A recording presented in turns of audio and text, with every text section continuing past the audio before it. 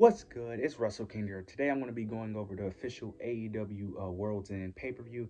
I'm going to be honest with you guys, I almost totally forgot that AEW even had a pay-per-view this month. I have just been so just not interested in anything AEW has been doing recently that I completely forgot that they even had a pay-per-view this coming up this weekend. I almost forgot that World's End was even happening.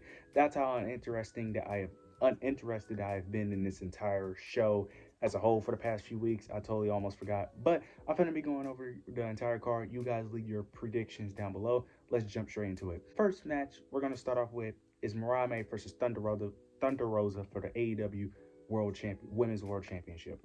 I'm not gonna really speak about this match because yeah, I think it's very obvious who's winning this match. Also, too, I don't keep up with this feud because this feud, I'm assuming, has been happening on Collision for the most part. Yeah, and I don't really watch Collision. I don't watch Collision because Collision typically is not that important, and typically the matches that do get on a pay-per-view is typically our pre-show matches. Yeah, we already know what the real goal is to eventually get her to eventually feud with Tony Storm. We don't know when that. Well, I'm assuming it's going to happen when they do the Australia show coming up. I don't know when that show is happening, but I know they're gonna have like some type of. I think it's a Dynamite show in Australia. Maybe that's when they're gonna pull the trigger on that match. But yeah, Mariah May is winning. There's no reason for Thunder Rosa to beat Mariah May. Mariah May is winning. I don't even need to really go over why she's winning, but she's retaining the AEW Women World Championship. The next match we have on the card is Konosuke Takeshita versus Powerhouse Hobbs for the International Championship. This is another feud that has been most likely going on Collision. I know somewhat of the story. I know Powerhouse Hobbs is mad at the Don Callis family due to them not reaching out to him when he was injured. Even though I think that is a dumb storyline because there's really no logical reason for Powerhouse Hobbs to really be out of that group, in my opinion, especially when they was doing that whole weird thing where they was doing that exchange with Jake the Snake Roberts and Don Callis for Lance Archer. I was like, if you wanted a powerhouse, you could have just kept Powerhouse Hobbs. But Konosuke is winning this feud, winning this match. I don't really need to explain the reasoning here. I really don't. Like, there's no reason for Powerhouse Hobbs to beat Konosuke. I'm sorry, there's just no reason. Yeah, I'm not gonna really go that in depth into this because there's really no reason to go in depth in this. Konosuke is retaining the international championship. Now we end up getting Mercedes Moné versus Chris Statlander for the TBS championship. We're getting a rematch from Full Gear. Yeah, for Full Gear. Getting a rematch. This is interesting. I know recently on Collision, if I'm not mistaken, they're playing the story of Chris Statlander and Willow Nightingale becoming friends again, potentially, which I think is very stupid. I don't understand. I wouldn't mind this if this was like years down the line, but they just got done feuding. Like, it wasn't that long ago since they feuded. Now you're trying to bring them back friends. I don't get it. I don't understand it. But I don't see Willow helping because I know Chris Statlander helped Willow Nightingale on Collision when she was like getting jumped. So they could play the story of potentially her helping her here. I don't see that happening only because it would only make sense if it was like Camille was still by Mercedes' side, but she's not. I don't see a world where Mercedes lose this match, but I could also see her. This is going to be very iffy because I don't see the reason why you would do the rematch unless Chris Statlander wins. But I also don't see Mercedes losing this title anyway, so I'm conflicted. Now, the reason why she won last time was because of an injury due to Chris Statlander. Now, they could easily play that story easily again, but why do a rematch if you're just going to have her lose back to back? Because if that's the case, then that just shows that they have no one to face Mercedes. I'm going with Mercedes to win this because I just don't see a reason for her to lose.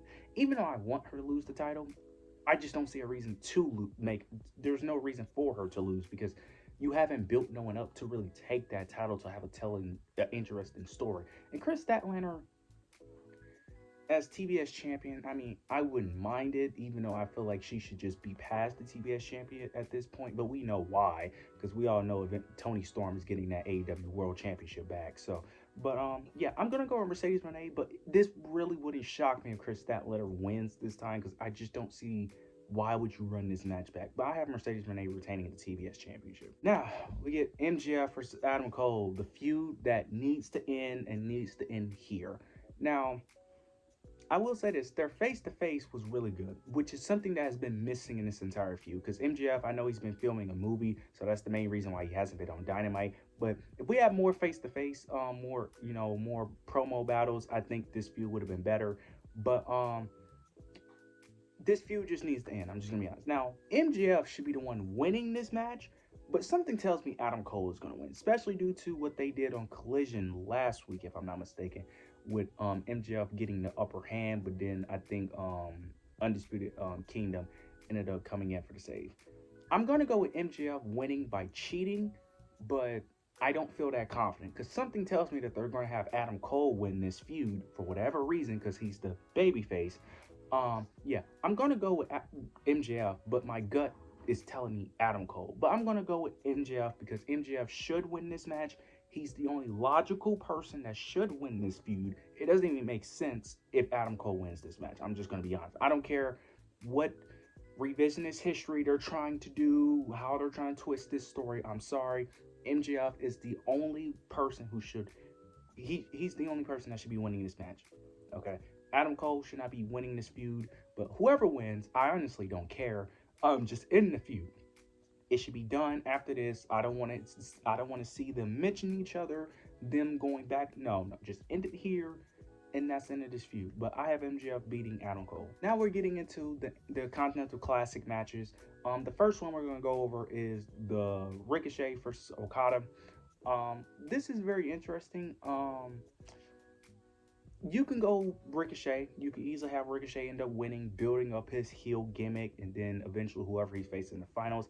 I just don't see a world where Ricochet wins. I just don't. Especially with his character, because his character is supposed to be like this really goofy, heelish type character. I just don't see a world where he actually beats Okada, and then I don't see him beating Kyle Fletcher. Will Ospreay, he did beat Will Ospreay by cheating, so they could do that, but I just don't see a world where he beats Okada. I just can't see it for whatever reason. I just don't. Plus, I kind of feel like Okada kind of needs to win here since he won last year and he is the champion. So I feel like, well, actually, I think Eddie Kingston won last year. What am I saying? Yeah, Eddie Kingston won last year. Eddie Kingston won last year. Well, because Okada dethroned Eddie Kingston. But yeah, I kind of feel like Okada should be the one making it to the finals, and then whoever the ones in the other bracket should be the ones to defeat Okada in the finals. Plus, they're playing the story with Ricochet and Swerve for whatever reason. Don't know why, but they're playing that story and they keep teasing it, so I'm assuming that's going to be the next thing for them.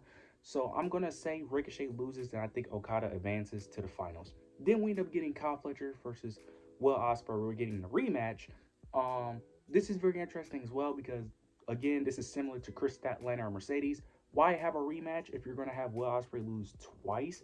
Now, I think he needs to lose twice because the only person that should be winning this tournament is Kyle Fletcher. He's the only logical person who should win.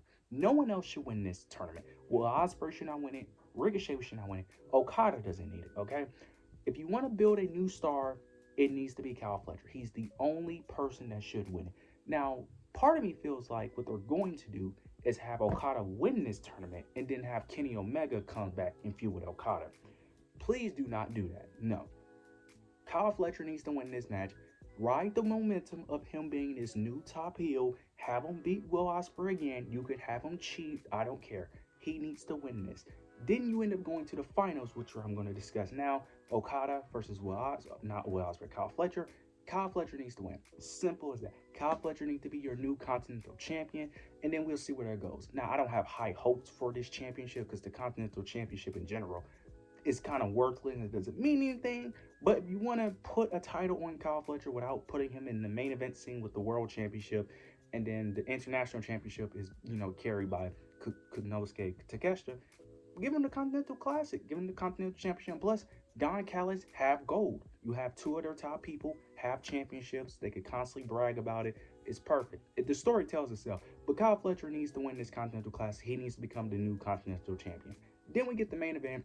We get Jon Moxley versus Orange Cassidy versus Jay White versus Hangman for the AEW World Championship. I'm not going to speak too much about this match at all. I really don't care about this match, which is very weird for having, because the fact that I don't care about a Hangman Page match for the World Championship is crazy. But yeah, that's how mid this build up and feud has been. John Moxley is easy retaining. I think we know how this is going to go. It's going to be interferences. Then the good guys crew is going to help. Probably the Bang Bang Gang and the conglomeration is going to help as well. But we know John Moxley's winning in the end. We just got to see whether or not is they're going to tease his next feud in this match, whether it be Darby Allin or someone else. But yeah, John Moxley is easy retaining. Overall, this show has potential, but I'm not really the most excited about the show. Like I said, I completely forgot they even had a pay-per-view. But overall, this show should be a banger. But you guys let me know your opinions down below. Make sure you like, comment, subscribe. But yeah, that's it.